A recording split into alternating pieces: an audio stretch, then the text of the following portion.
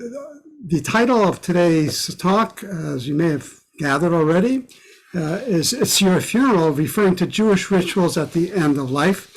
And we're pleased to have both Jerry Ronkin as the primary speaker and our own Rabbi Stuart Altshuler joining with him.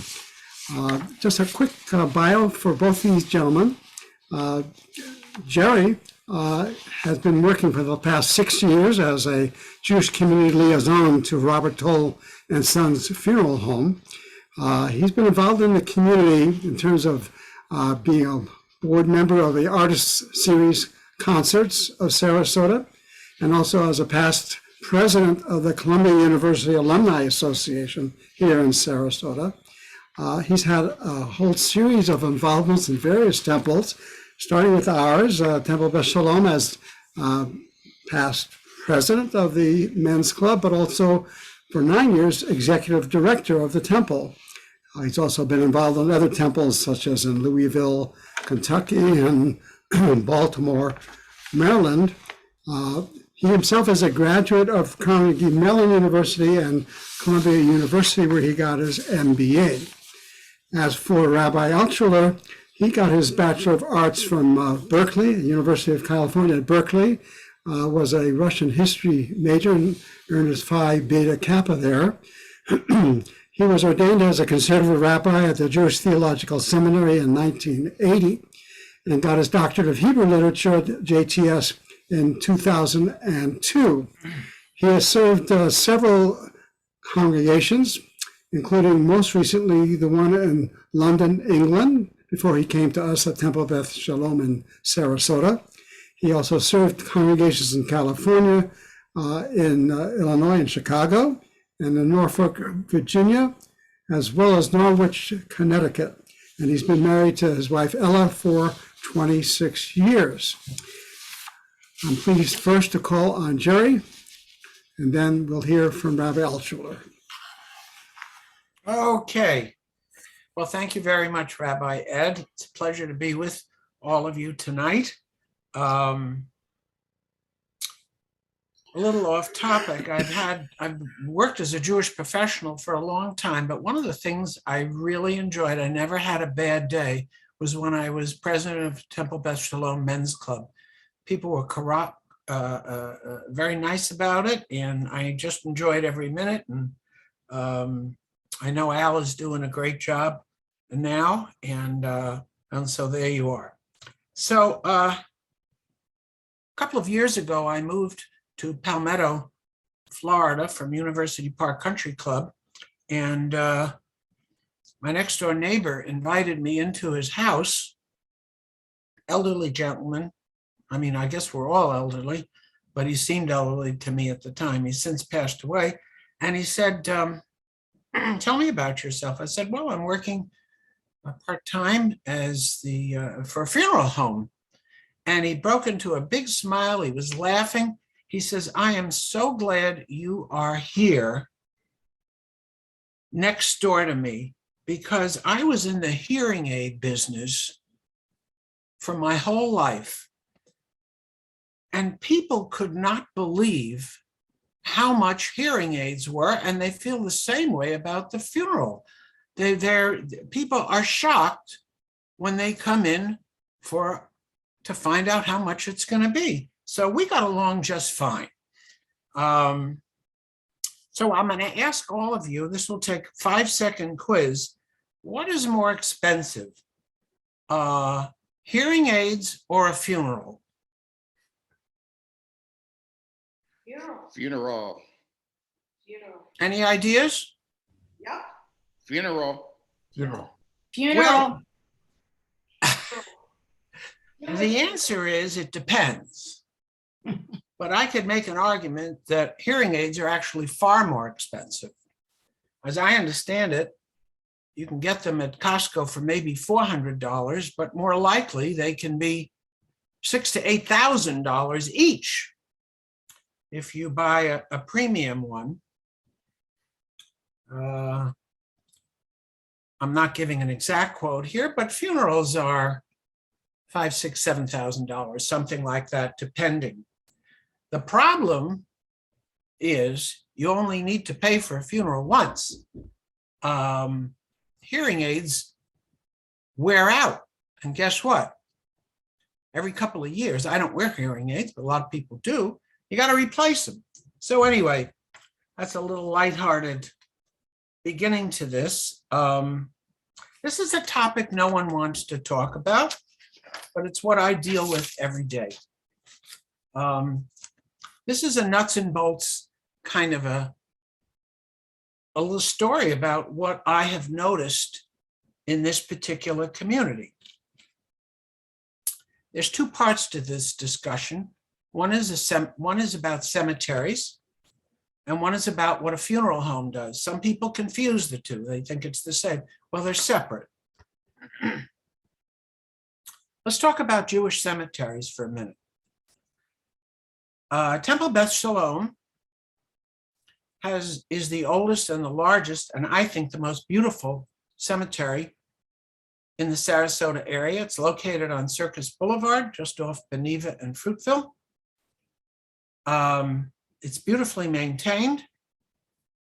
The current chair is Ben Berman, who follows in a long line of dedicated Temple Beth Shalom members who have served as chairs, and a few that come to mind, just to remember their names, and some of you will know them: Helene Kaufman, Mickey Kuttner, the great Marty Sonnenfeld. These are all great people.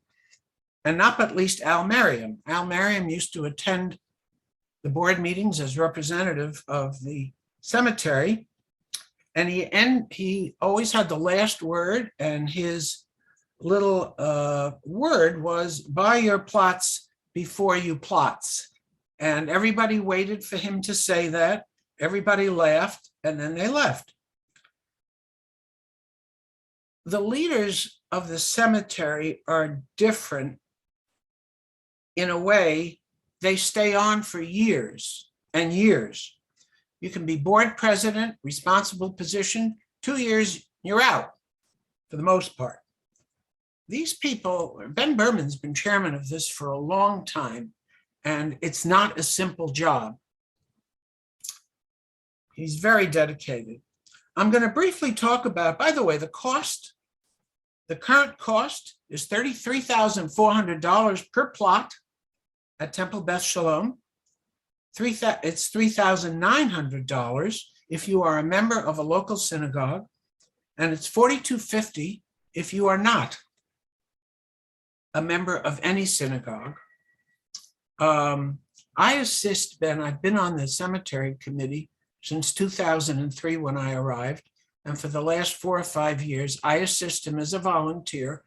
When he's out of town or unavailable, I sell cemetery plots. I just sold 2 yesterday. And Diane Rudd, Lauren's wife, the 3 of us. Ben sells 95% of them, but we're here to take those calls. Other Jewish cemeteries, there's actually 5 others in this town that you may or may not know of.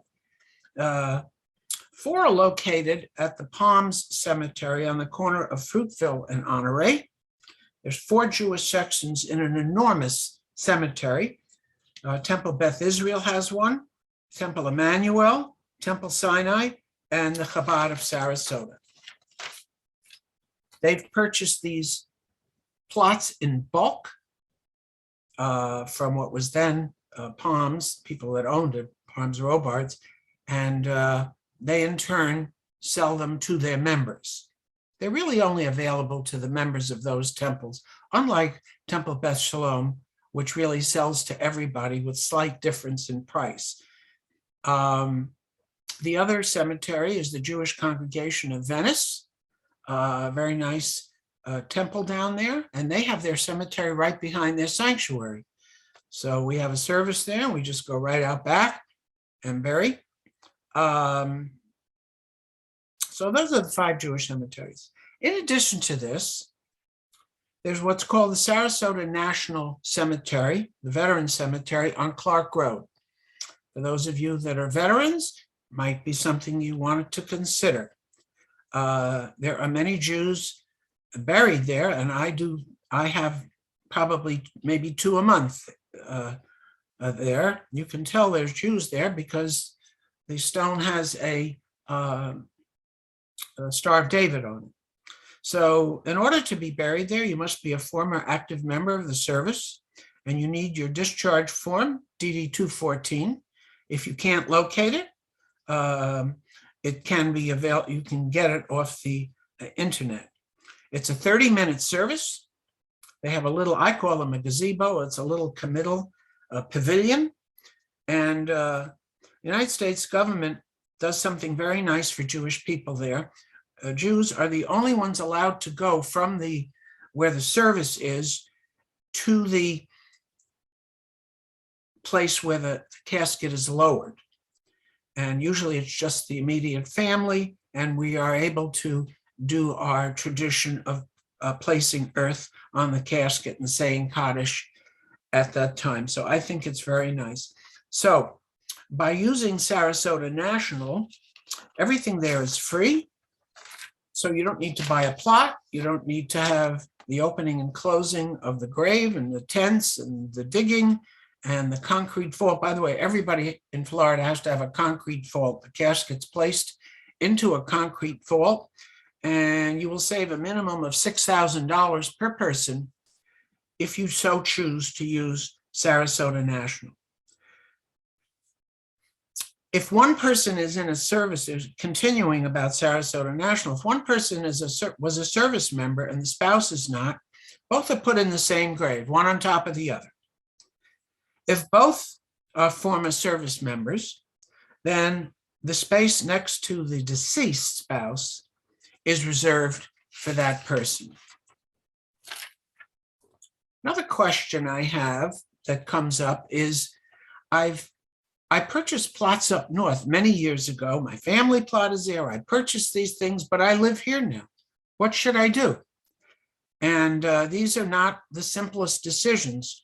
We are people that move. Your children move. You move. A spouse might die. The surviving spouse might move back up north. So what should you do? And some of these other cemeteries will take the plot back. Many will not. Each one is different, so I don't have a standard answer, but call them. Sometimes you can negotiate. If they can sell the plot for more than you paid for it 30 years ago, they might not. Temple Beth Shalom has an ironclad rule. Once you've purchased the plot, there are no refunds. You may return your plot to Temple and receive a tax deduction. Also, Temple Beth Shalom happens to have an interfaith section in the front. It's divided from the rest of the cemetery by hedges, and it's very nice. A few years ago, the board made a decision that cremains, in other words, after you're cremated, you could bury an urn at Temple Beth Shalom. You need to purchase a separate plot to do so. So that kind of covers local cemeteries. Let's talk about the pre-need arrangement. Many families choose, I think wisely, to enter into a pre-need arrangement with a funeral home. No one wants to think about planning for his or her own funeral, but it can be a sensible way to make informed decisions before the time of need. Time of need is a euphemism that funeral homes use, and it's obvious what it means. A will take care of most of your financial matters. A living will addresses medical treatment, and for many reasons, everybody should have both of these.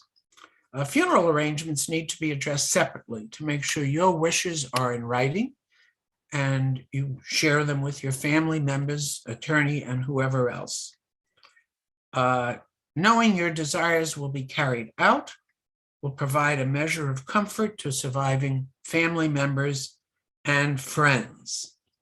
When you make a pre-arrangement, you come in to the office, we sit down with you, and we discuss all this. There's much less stress. Number two, you will not leave a financial burden to your family if you've made a pre-arrangement. Your family will not have to pay the full price for everything immediately upon your death, and this can be a great hardship. Third, you can save a considerable amount of money by locking in today's prices for goods and services you will need. Just call a funeral home and make an appointment. Prices for these services are going up like everything else. And if you talk to someone that did a pre-need 15 or 20 years ago, and they paid $1,500 or $2,000, that's now $6,000 or $7,000. So something to think about. Death. Most people in our area die in hospice care, either home hospice or at a hospice facility. What should you do when someone dies?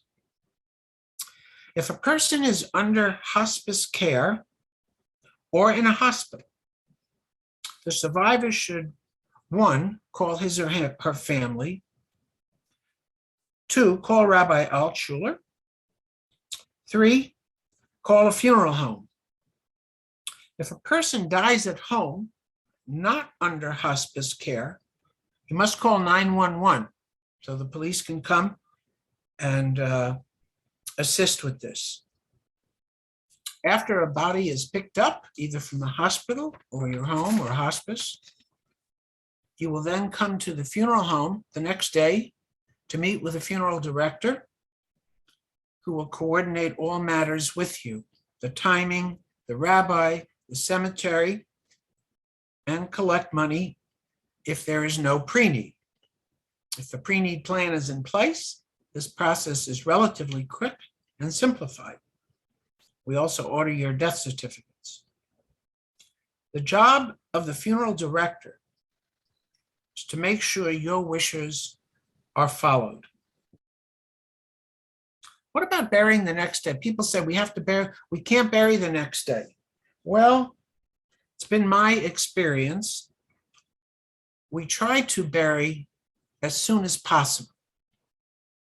According to custom, this is preferred. However, most people's children live all over the United States and abroad. They want to be here for the funeral, if it was to be here. And the funeral director will work with you. If it has to wait 1, 2 days, of course, we keep the body in the cooler because we don't embalm. No one embalms, no matter how people become, they just don't embalm. I just want to talk a little briefly about cremation. Somewhere in the neighborhood of 70% of all people locally are opting for cremation. My experience after 5 years, it is still very rare for a Jewish person to opt for cremation. I've seen maybe a handful over the 5 or 6 years I've been doing this, after hundreds and hundreds of deaths. However, the reform movement has anticipated a change in attitudes. 3 local temples have just purchased and erected and installed columbariums in their cemetery. Columbarium is a structure to house urns. Each columbarium has 48 niches. Temple Beth Israel, Temple Emmanuel, and the Jewish Congregation of Venice have just installed these structures within the past 3 years. So I would like Rabbi Altshuler to, I'm not getting into the theology of this. Should I comment, Jerry? Please do, Rabbi. Let's take a little break from Jerry. Thank you, Jerry. Yeah. Cremation is one of my interesting topics to share with you. I'm very much opposed to it for a lot of reasons. Of course, it's prohibited by Jewish law. The reason why cremation was so considered so abhorrent back in rabbinic days, we're talking about 2000, even beyond then, is it was very commonly practiced in the Greco-Roman world. The idea was to destroy the remains of the deceased, and the way Jewish ethic developed was that was considered to be disrespectful and not in accordance with the general principle of kavod hamet, respect for the deceased. And there is a great dignity in the way that Jewish law has always promoted the idea that this is an unseemly practice. Unfortunately, cremation is becoming more popular, especially in London. I started with about a 50% rate in my former congregation, whittled it down to about 25. I did a lot of work on that. It was a very important topic to me, especially to me, any Jew who cremates after the Shoah really has to think about this seriously, because the whole purpose of getting rid of the cords of wood, which is what Jewish bodies that had been gassed were called, to get rid of them so that there was no evidence of their dying, not even a marker, anything for a family to pay respect for the deceased of their loved ones. Because of the history of the Shoah and burning bodies, getting rid of them, which was very much in sync with pagan practice, it is hard for me to even understand why any Jew today would contemplate having a cremation. Now, again, I'll share with you one more story. And this took place when I was once a very young rabbi. This was in 1986. And I was with the limousine, with the funeral home. It was a non-Jewish fella that took care of the Jewish funerals back then in Virginia. It was a young man, and I was in the limo with him. And he said to me, we talked about a variety of subjects, and he said, you know, Rabbi, you guys have it right. I just finished my training. He had to spend a year doing cremations because that was part of his work that he had to know as a funeral director that also accommodated the needs of people who are not Jewish. But he said, Rabbi, after that year, I wouldn't come close to a cremation. People have no idea what's involved. The body is put into a furnace. In the middle of this burning, the remains have to be scraped and prepared for the second round. And then you have to go back again and then scrape off everything until the remains turn into ashes. Picture and no voice. What happened here? There was someone speaking. Oh, sweetheart. Yeah, we gotta mute ourselves, Bart. You gotta Okay, mute me. yourself. Speaker to come back. Bart, mute yourself here. You ought to figure that one out too. I can't. Can we mute? Yeah, there we go. Thanks, Jill. So I'll never forget that conversation. And it confirmed what I also believed, but I heard firsthand evidence of how grisly and horrible it was. So it's like buying meat in the market. There's a way that we get our meat. There's a slaughtering process. We have kashrut.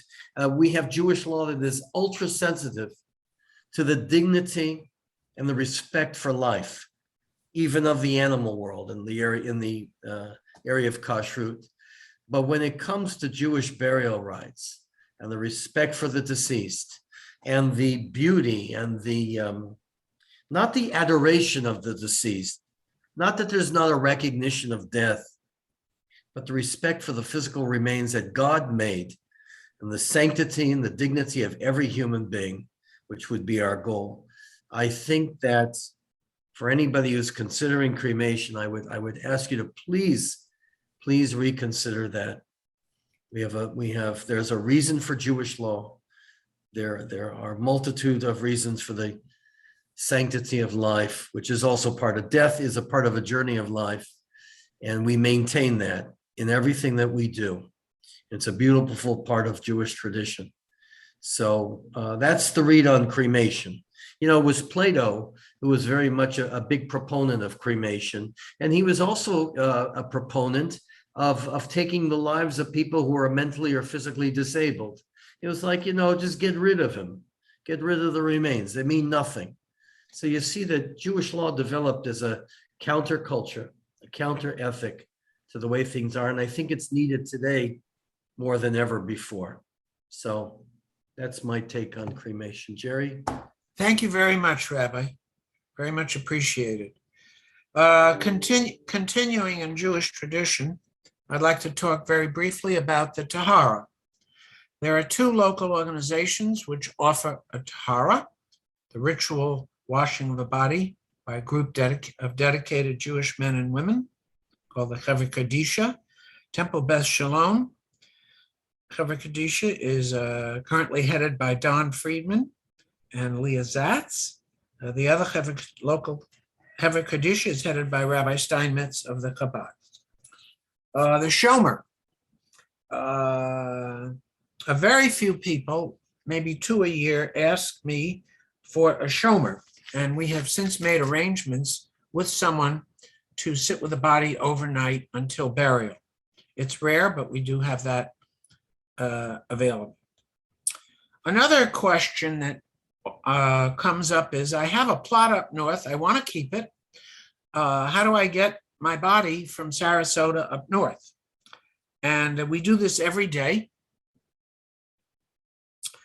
It's the job of the funeral director to coordinate with a funeral home in the city where your plot is, and the funeral home up there Go all the way off. the funeral director will make arrangements with a funeral home, an appropriate funeral home in your hometown where it is. I just warn you, the cost can be high, and the airfare, which is currently estimated at about $700, is only a fraction of it, because you wind up using two funeral homes, one here and one up north. And the funeral home costs up north are shocking in comparison with here.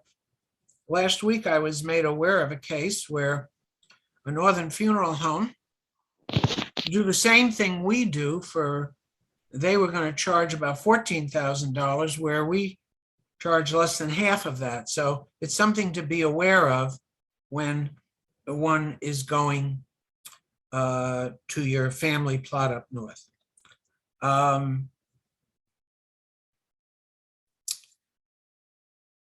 If you have signed and paid for a pre-need with a local funeral home, and for whatever reason, you don't want to use that funeral home anymore, it's a simple matter to call the funeral home that you would like.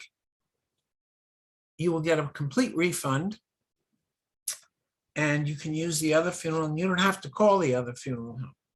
These monies paid to a funeral home are kept in a trust or insurance fund. This industry is highly regulated, and people are protected from loss of their money. Rabbis, we're fortunate to have a wonderful rabbi here. And since most of you, I guess almost all of you, are Temple Beth Shalom members, certainly use Rabbi Altshuler. According to local custom, it's all synagogues. Included in your membership fee is the cost of his performing this mitzvah, and naturally a voluntary donation would be up to you and be appreciated. We have a list of many rabbis, probably 10 or 12 locally, who are retired, enjoy doing funerals for Jewish people who are not members of any synagogue. And according to the most recent survey, demographic study that the Federation did, a shocking statistic, at least to me, is that only 16% of the 32 or so thousand Jewish people that live in this area are members of any one of the local temples. The Federation has a program for indigent Jews. And we cooperate with that. There's money to partially reimburse funeral homes and cemeteries. This was started by Howard Tevelvitz. It's rarely used, but it has been used, and I think it's a wonderful program of a federation. Many of you are used to dealing with a Jewish-owned funeral home. If you come from Baltimore, New York, any of the big cities, the Jewish funeral homes handle 99% of the funerals. Well, there is no Jewish-owned funeral home operating in Sarasota now. There was one, Hebrew Memorial, came out of St. Petersburg. They established an office here. They opened about 5 years ago, and 2 years ago they closed and signed a lot of people up for pre-needs. Some of them are not happy about it, and so on. This ends my little talk. For information about myself, you could look at the messenger. If you want to discuss things, you can see my phone number and my email address. This was meant to be a generic study, as best I could, of what I've learned in 5 years doing this.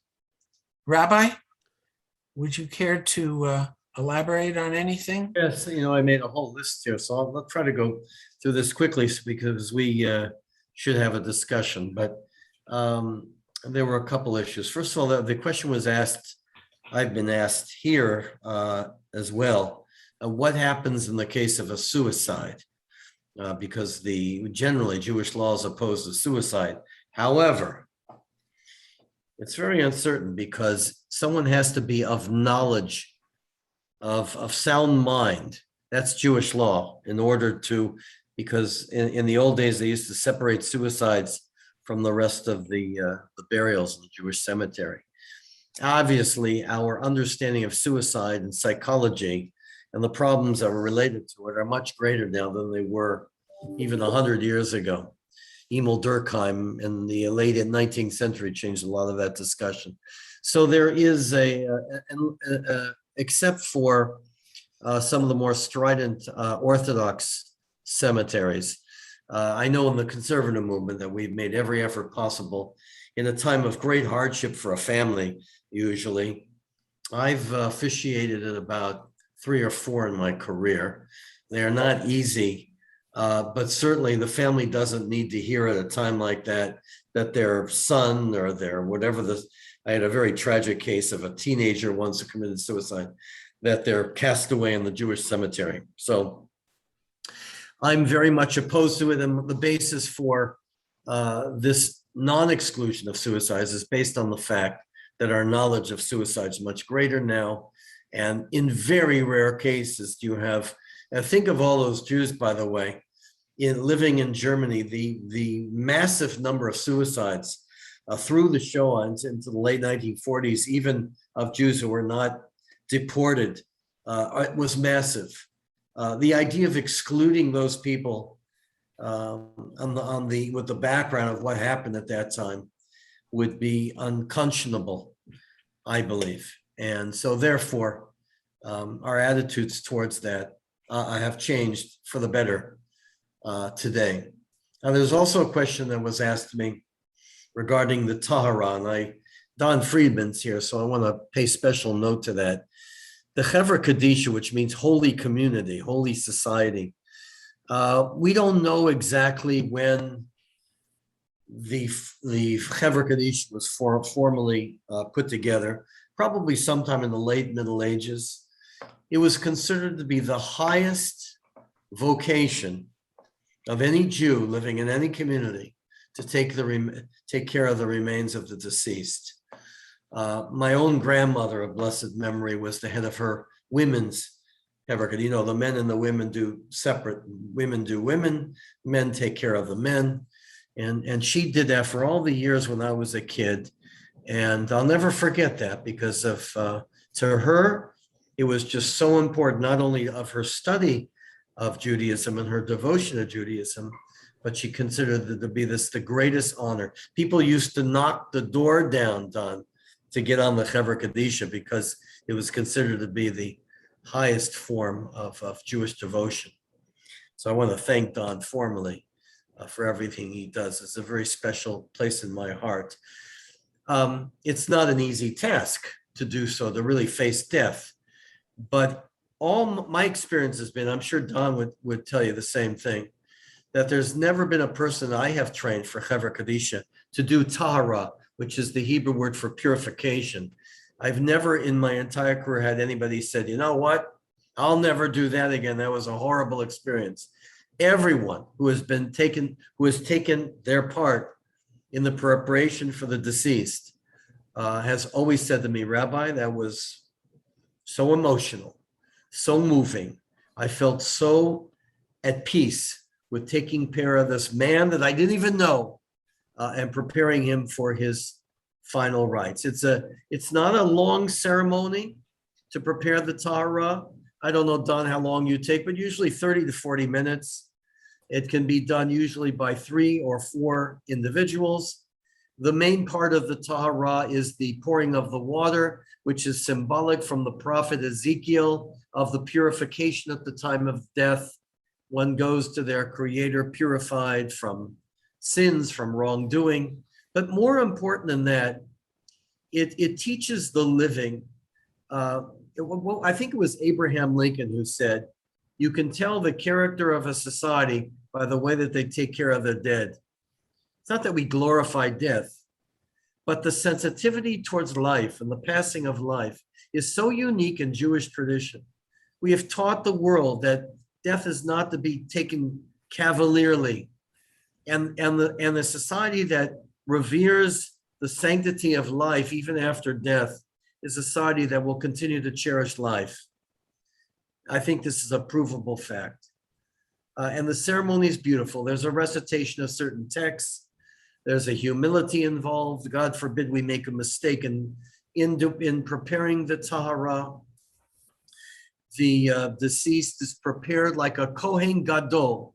The garments that we leave this world in, theoretically in Jewish law, should all be the same. We don't get dressed in a suit. We don't wear our finest dress.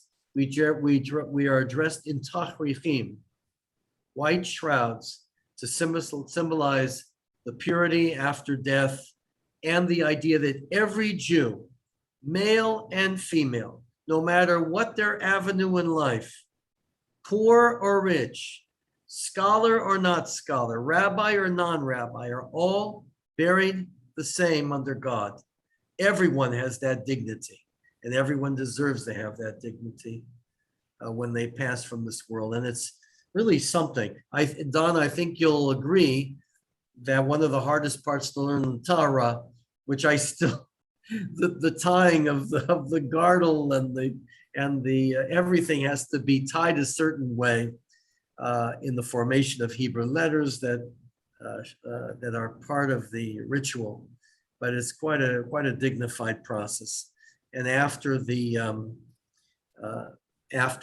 tahara is prepared and the appropriate prayers have been recited, then the deceased is placed in the casket and prepared for burial. Family members and even in Jewish law, close friends are not supposed to take part in the tahara at all. It should be done by people who don't, because of the emotions are just too great. I've had many times said, Rabbi, I want to do the tahara for my father. And I've said, no, you cannot do that.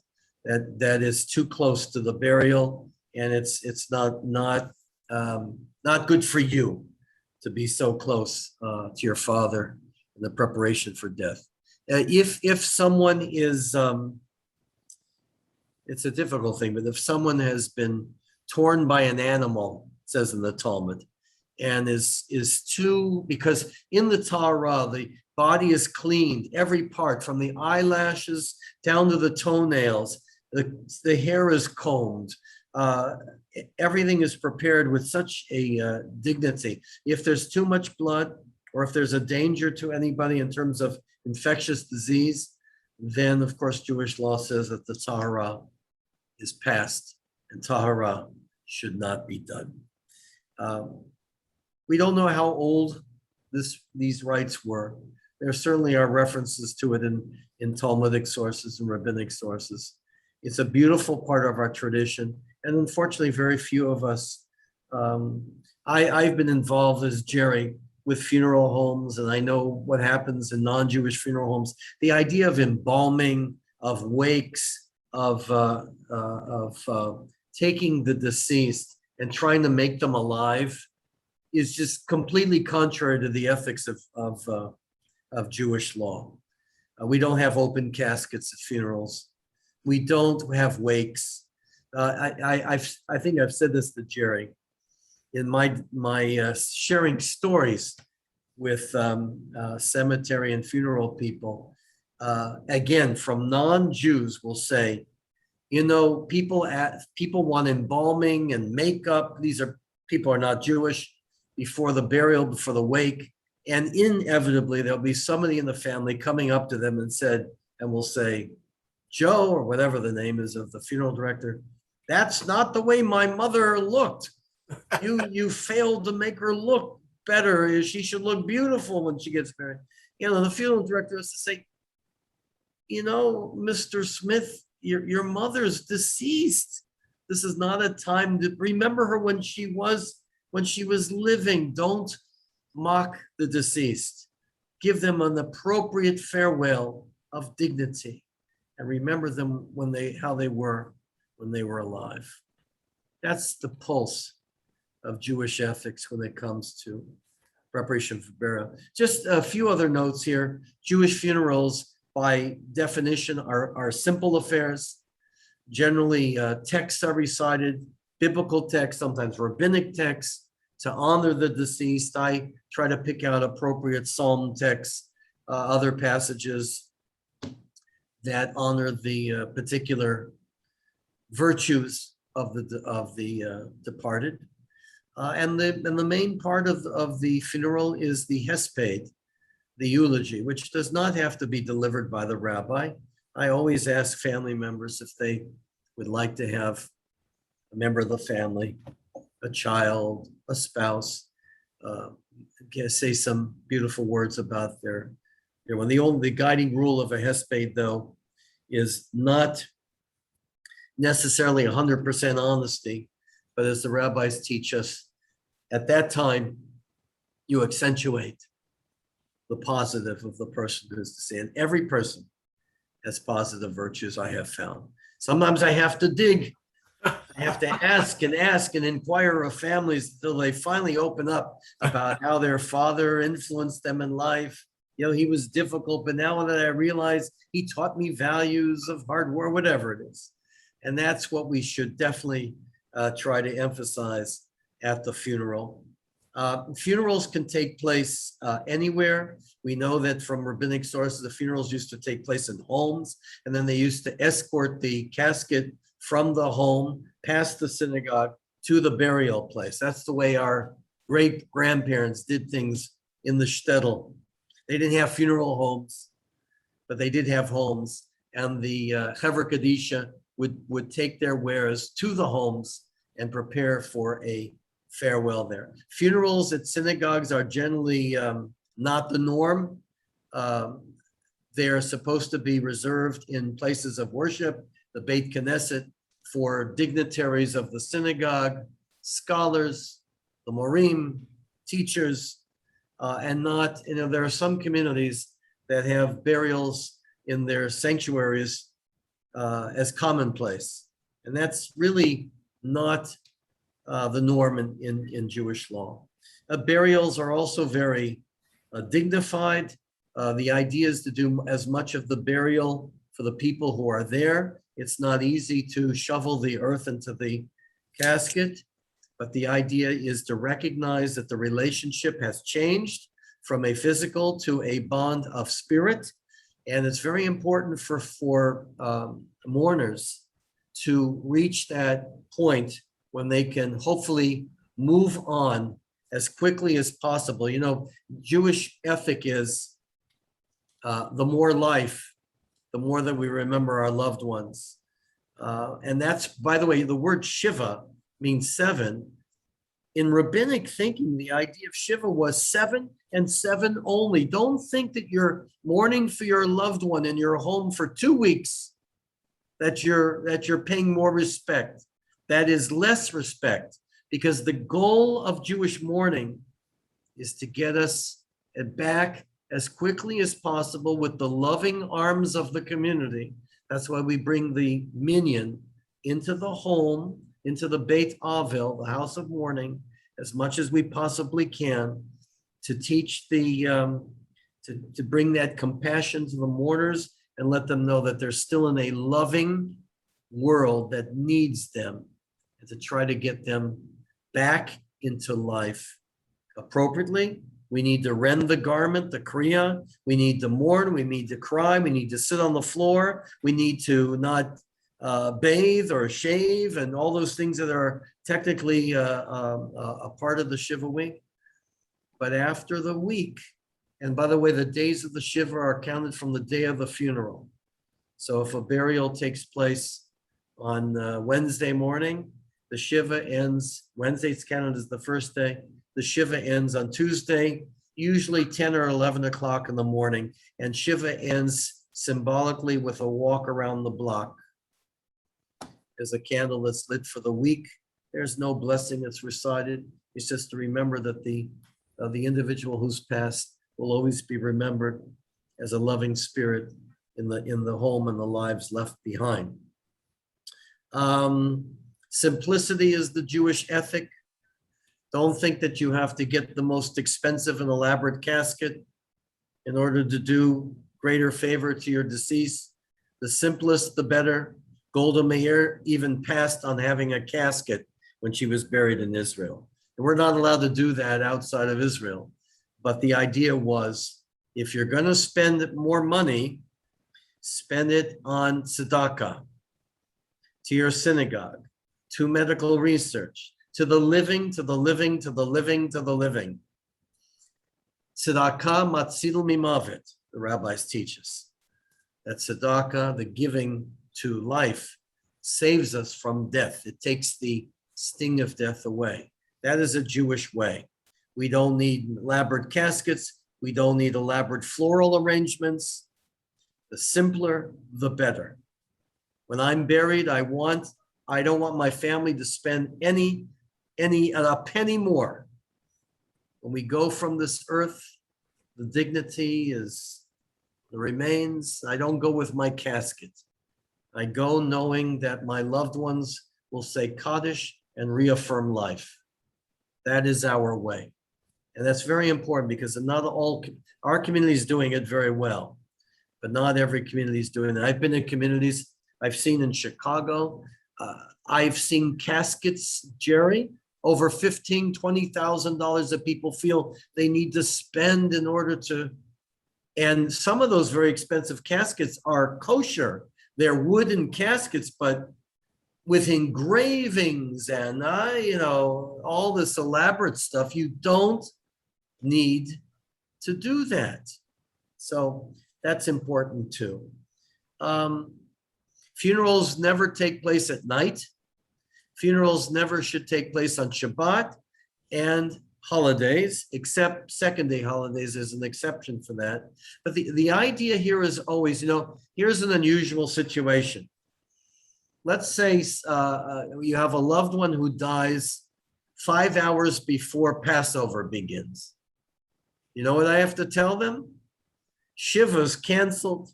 You have no Shiva. You're going to go to the cemetery, you're going to do the burial, and you're going to have Seder that night. You have no Shiva at home. Rabbi, we need the reason for that, which is another beautiful part of Jewish ethics, that we are part of a people. We are part of a larger community than ourselves.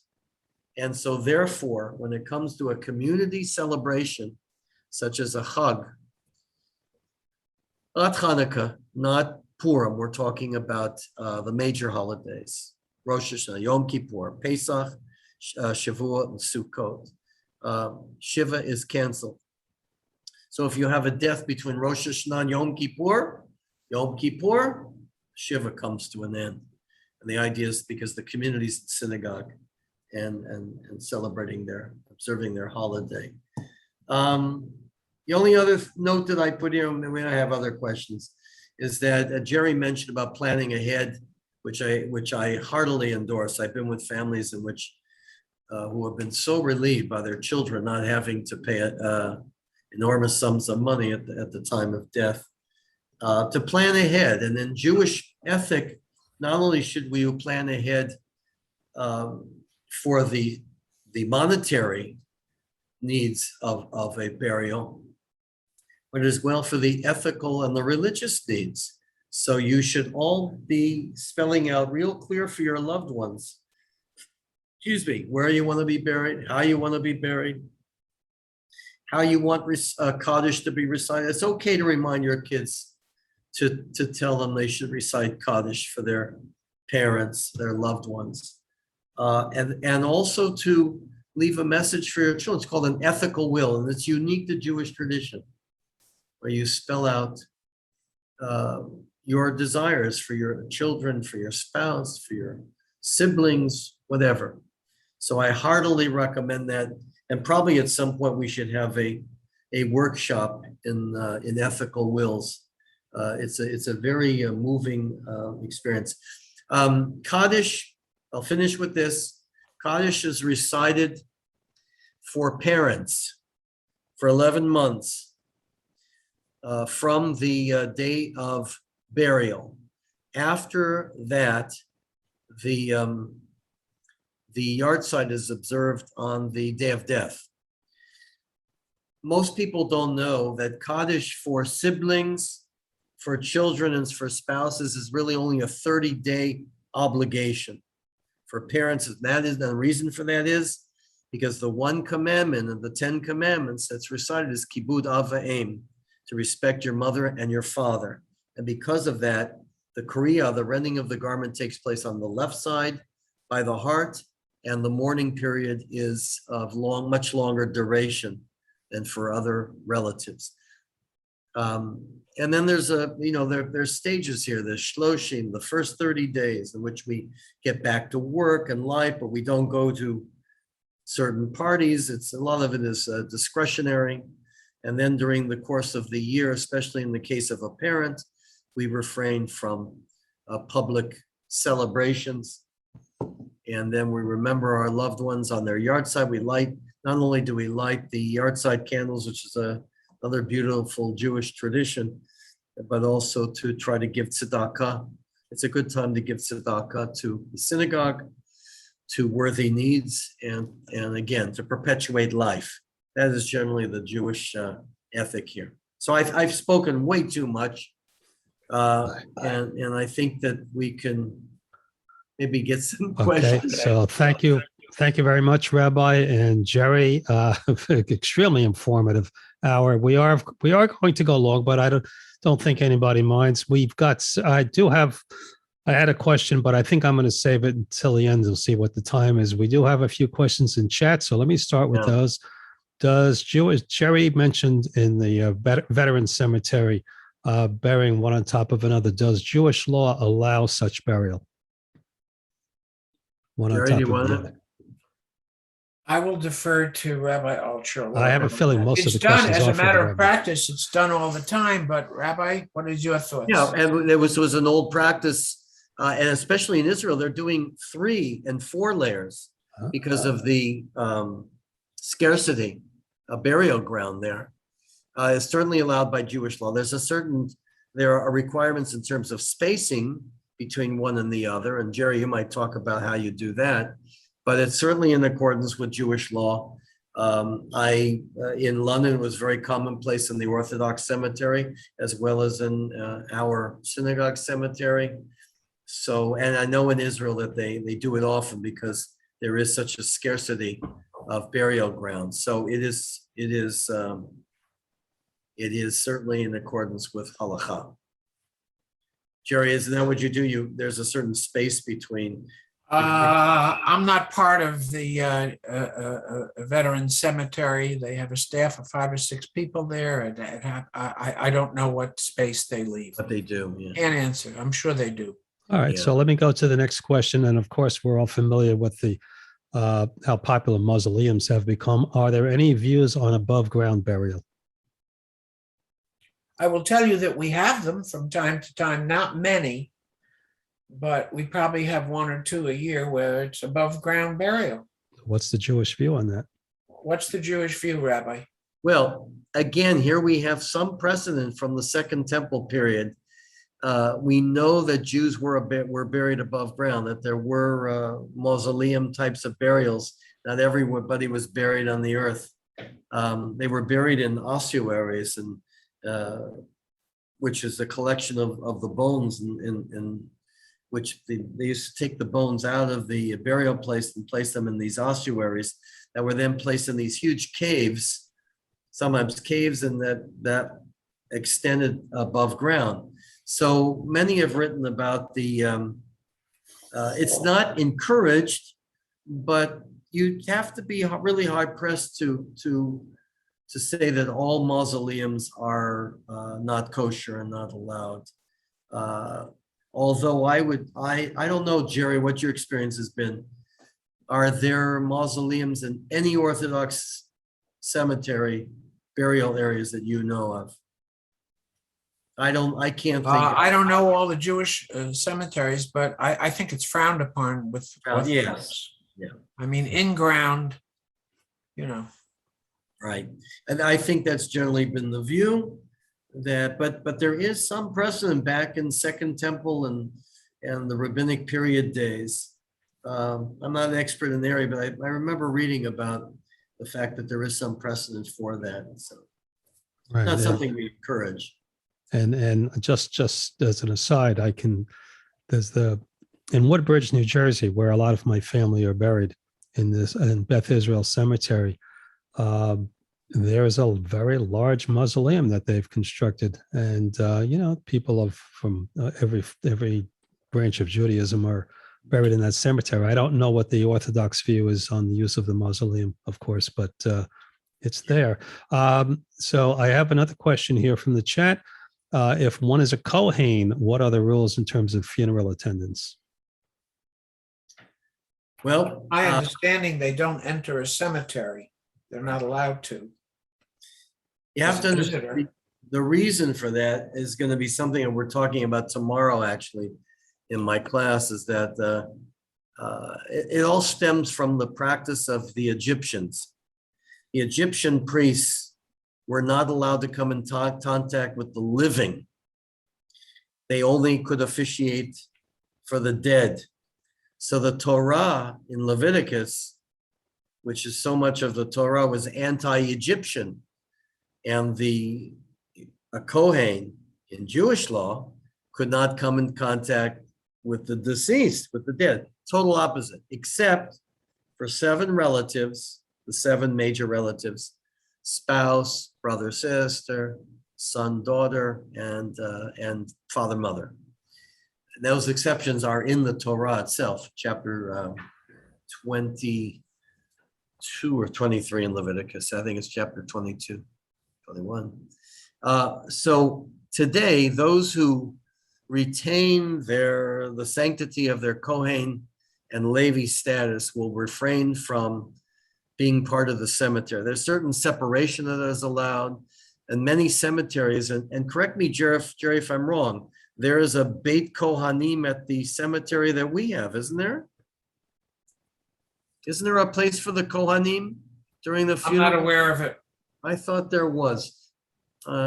Okay, I thought I saw that, but generally in Jewish cemeteries, there is a place where the Kohanim can come to the cemetery and be separated enough so they don't have to violate their standards of purity. Now, the big kicker here is this is a real hard one to maintain, in my view. When the temple's rebuilt in Jerusalem, and I don't think that's going to ever happen in our lifetime or even our grandchildren's lifetime. We don't know, of course, what's going to happen in the future. The Kohanim and the living will be called back to Jerusalem to perform their duties. If a Kohen or Levi is said to have been tainted by being at a Jewish cemetery, in a Jewish cemetery, the worst that would happen is that Kohen and Levi would not be able to officiate at the rites of the temple. So coming in contact with the cemetery would not detract from a Kohen or Levi's rights to have the first or second aliyot. And the real difference would only be technically if that Kohen's status would be questioned to perform the sacrifices in the Beit HaMikdash. So we have to weigh the consequences for that. I admire those who really want to keep the family traditions and keep that going and understand that this was an attempt to repudiate cults of death, because we have a religion of life. Now, if there's a proper understanding of it, then it can be a very beautiful practice. There's nothing wrong with it. But that's kind of the background behind all that. Okay. Next question. I have to assume that this is a question about a Jewish cemetery. The question is, I've seen family having a picnic at the cemetery up north. Is any of that done here? Now, I mean, I've seen people bring food there, at an unveiling, but funeral. I would find that to be not the place to have I would think. a celebration. There are a lot of beautiful parks, but not the cemetery. Plus, cemetery is a place, and to me, that's kind of rude to be partaking of food. Our loved ones can't. That's why we cut the tzitzit when they're buried, because they can't fulfill the mitzvot anymore. They can't recite blessings. We can say Hamotzi lechem min haaretz. It's almost disrespectful, cease to be quelling with food. That's why we take the Seudat Havra'ah, the meal of condolence after the burial, to the home. We don't have the meal at the cemetery. It's inconsistent with the respect for the deceased, my view. Okay. What is the law? What does Jewish law have to say about being an organ donor? Well, again, here, since Judaism is a religion of life, and since our rabbis didn't know about organ donors 2,000 years ago, the general feeling of all conservative rabbis and opinions, and many Orthodox, there are some Orthodox who still prohibit organ donation, but certainly our movement and of course many Orthodox authorities have said there's no greater way of perpetuating life than organ donation. And I would strongly encourage people to make that clear in your, what do they call it? The will there's a name for it. A living will. Living will. Yeah, to make sure that in case of such a tragedy, if my brother passed away at 62, he had done that, and his eyes are with somebody, hopefully still today. And it's a beautiful thing. My brother David did that, a blessed memory. So I think we should, if we have that. Okay. I have another question. Is it true that a pregnant woman is not supposed to go to a cemetery?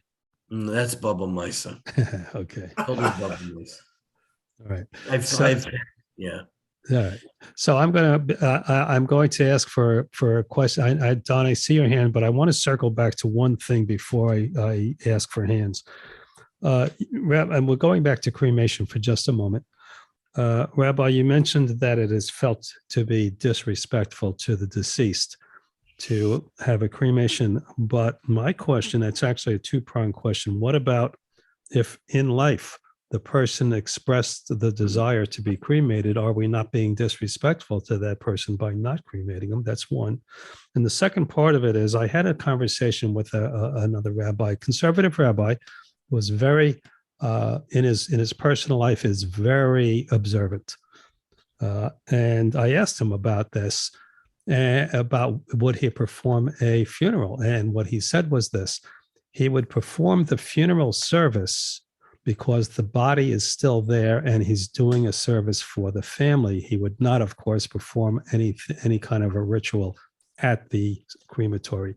So it's two-part question, if you wouldn't mind. Good. All right. First of all, let's take the second part first. Only from Joel. Good questions, Joel. Difficult ones, because I've been in this. It's a conversation I had with another conservative rabbi. No, I understand. And it's a very real question that's coming up much more often for conservative rabbis. And I have officiated at cremations. It hasn't been the most comfortable part of my rabbinate, but in a few situations, I felt it was necessary because the individuals, because of their personal background, whatever, have made it very clear to the family this is what they wanted. And because I felt that the family needed to have mourning as Jews, there were a lot of very observant Jews who had this conflict because their parents wanted to be cremated. And I felt that in those cases that while the body is still, the deceased is still ready for burial, that there would be a funeral with the casket there and the remains there. I would not do a funeral if the cremation had already been done. Okay, because that does happen sometimes. The rabbi's asked to officiate as an urn of ashes. So I would only do that in very specific cases if there's no cremation performed yet. Now, then that leads to the second question. What do you do if a parent says, this is the way I want to be? I want to be cremated, and children, you must adhere to my wishes. I've had this situation come up where observant children have said, Rabbi, what do we do? It's abhorrent to me, the idea that my father would be cremated and I will be expected to mourn appropriately as I want to do for my father. What do I do, Rabbi? I remember in one case, it was so uncertain that we felt that it was okay because of the state of mind of a parent at a certain time. Again, each individual case is important to consider, that the children overrode the wishes of the parents and had a burial instead of cremation, but not easy to do. Because generally the someone who makes it very clear this is the way they want to be buried, in most cases, the children do want to respect the wishes of their parents. So that's come up. It comes up more often than you think. And I would take it on a case-by-case basis and try to, what I do as a rabbi, try to get the family to make that decision and talk to each other about the moral ramifications of cremation as opposed to the wishes of the parents. So my attitude here is we've got to keep an open mind. I don't like when halakha, we have to me, halakha is a standard, but it doesn't mean that there aren't exceptions that have to be considered, because people are people. And every situation's different. I had, it's difficult, but I had cases of German Jews whose families were all wiped out in the Holocaust. And they just, it was so emotional that they felt they had to be cremated, even though their kids didn't want them to be. So that was, in fact, my mother-in-law. Yeah. So, all right. So, especially in the case of German Jews, they have a particular feeling that, because their relatives had to commit suicide or were burned, their corpses were burned by the Nazis. They feel it's just such an emotional thing. They don't feel they can be buried. So that's why all these things should be decided in advance, and these things should be discussed with the children, so it doesn't come as a surprise at the end. And to try to make these decisions based upon Jewish ethics now, rather than when death has already occurred. That's when it becomes much more complicated. Thank you, Rabbi. It was a difficult and complex subject, I know. Thank you. Don Friedman, you had your hand up before. Unmute yourself. Go ahead, Don. I just wanted to clarify one thing about the Fevra Kadisha. It is not a Temple Beth Shalom operation. It is the Sarasota Manatee of Fevra Kadisha. It's an independent organization serving the entire community. And I would say that as many as half of the deceased that we work with are not members of TBS. It's a community organization. Most of its members happen to be from TBS because the Orthodox ones are with Chabad, and it's very hard to find people in Reform congregations that want to be part of this. But we are not officially part of Temple Beth Shalom. All right, thank you, Don. All right, we've gone quite a bit over time, but in fairness to everyone, does anyone have a question? If you want to raise a hand, anybody? Also up, there you go. Go ahead, Michael Krasnow. Is there any prohibition about military honors at Temple Beth Shalom Cemetery or other Jewish cemeteries? Not from my point of view at all. We've had already. Jerry, maybe We've had military honors there on quite a few occasions if people request it. Yeah. As a matter of fact, all of the veterans' graves are marked with a flag and the veterans plaque. And we're just about to change those flags out. We do that once or more a year to make sure that the flags are appropriate and we honor the veterans who are buried there. Anybody else? There are a number of people whose cameras are off. So if there's someone with a question, we'll have time for one more. If you want to unmute yourself and ask your question, we'll make that the last one. Going once, going twice.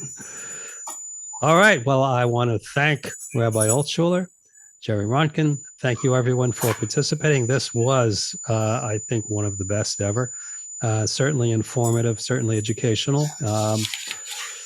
These are things we have to face sooner or later. So, and I thank you, Joel. I want to thank Jerry because he's been such a big help to me in getting situated here and moving right into the very wonderful ethic and standard that I've already been associated with our burials and with the funeral home. So, Jerry, I want to thank you publicly for everything you've done for me. Thank you very much.